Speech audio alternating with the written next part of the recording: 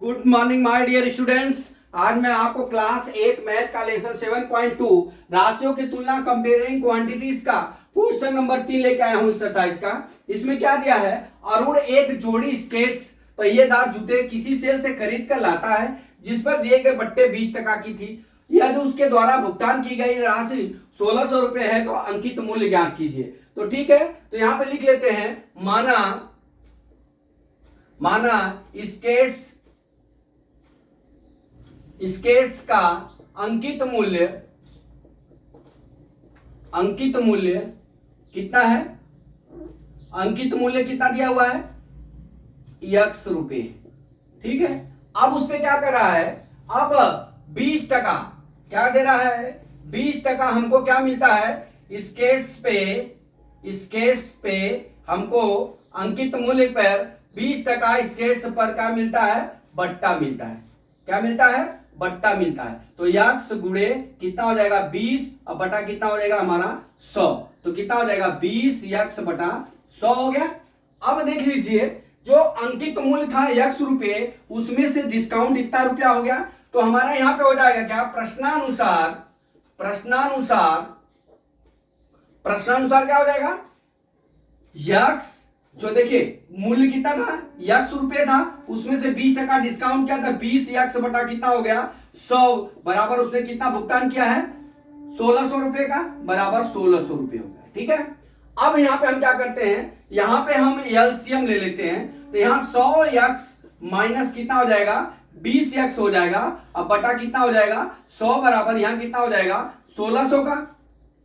तो यहां कितना हो गया? 80 यक्स बटा कितना हो गया? 100 हो गया बराबर कितना हो गया? 1600 के। अब यक्स बराबर कितना हो जाएगा? 1600 गुणे कितना हो जाएगा? 100 बटा कितना हो गया हमारा? 80 हो गया। ठीक है, अब यहां पे काट लीजिए, एक जीरो से एक जीरो कट गया। ठीक है, अब यहां कितना आ गया? 8 दूना 16 हो गया, 200 आ गया। अब 200 में अगर हम 200 में कितना करेंगे? 10 का गुणा, यहां बच गया कितना? 200 गुणे 10 हो गया। अब यक्स बराबर कितना आ जाएगा हमारा? 2000 रुपए। कितना हो गया? वस्तु की अंकित मूल्य कितना था? 2000 रुपए। कितना मूल्य था? 2000 रुपए। वस्तु का मूल्य कितना था? यक्स आ गया, तो उसका अंकित मूल्य कितना हो गया? 2000 रुपए। ठीक है, तो दोस्तों मैं आशा करता हूं कि इसको आपको हमने जो समझाया वो समझ में आ गया होगा। तो भी मैं एक बार वापिस आपको समझाता हूं। पहले तो आप देख लीजिए, इसने भुगतान तो कर दिया, लेकिन स्केटिंग का उसका जो है उसका अंकित मूल्य उसको मालूम नहीं है। तो माना स्केट्स का अंकित मूल्य x रुपये हो गया, 20% स्केट्स पर डिस्काउंट है, तो 20% का हम डिस्काउंट ले लिए, तो हमारा जो मूल्य रुपया होता है उसमें से डिस्काउंट होता है, तो x माइनस 20% डिस्काउंट होता है। तो x माइनस 20% हमने डिस्काउंट कर दिया, तो 20 बटा 100 x हो गया। ठीक है, अब प्रश्नानुसार करते हैं, x माइनस 20 x बटा 100 बराबर कितना हो गया? 1600। अब यहां पे एलसीएम लेके आप घटा दीजिए, 100x माइनस 20x बराबर कितना हो गया? 80 x बटा 100 हो गया बराबर 1600 के हो गया। x बराबर कितना आ गया हमारा? 2000 रुपए हो गया।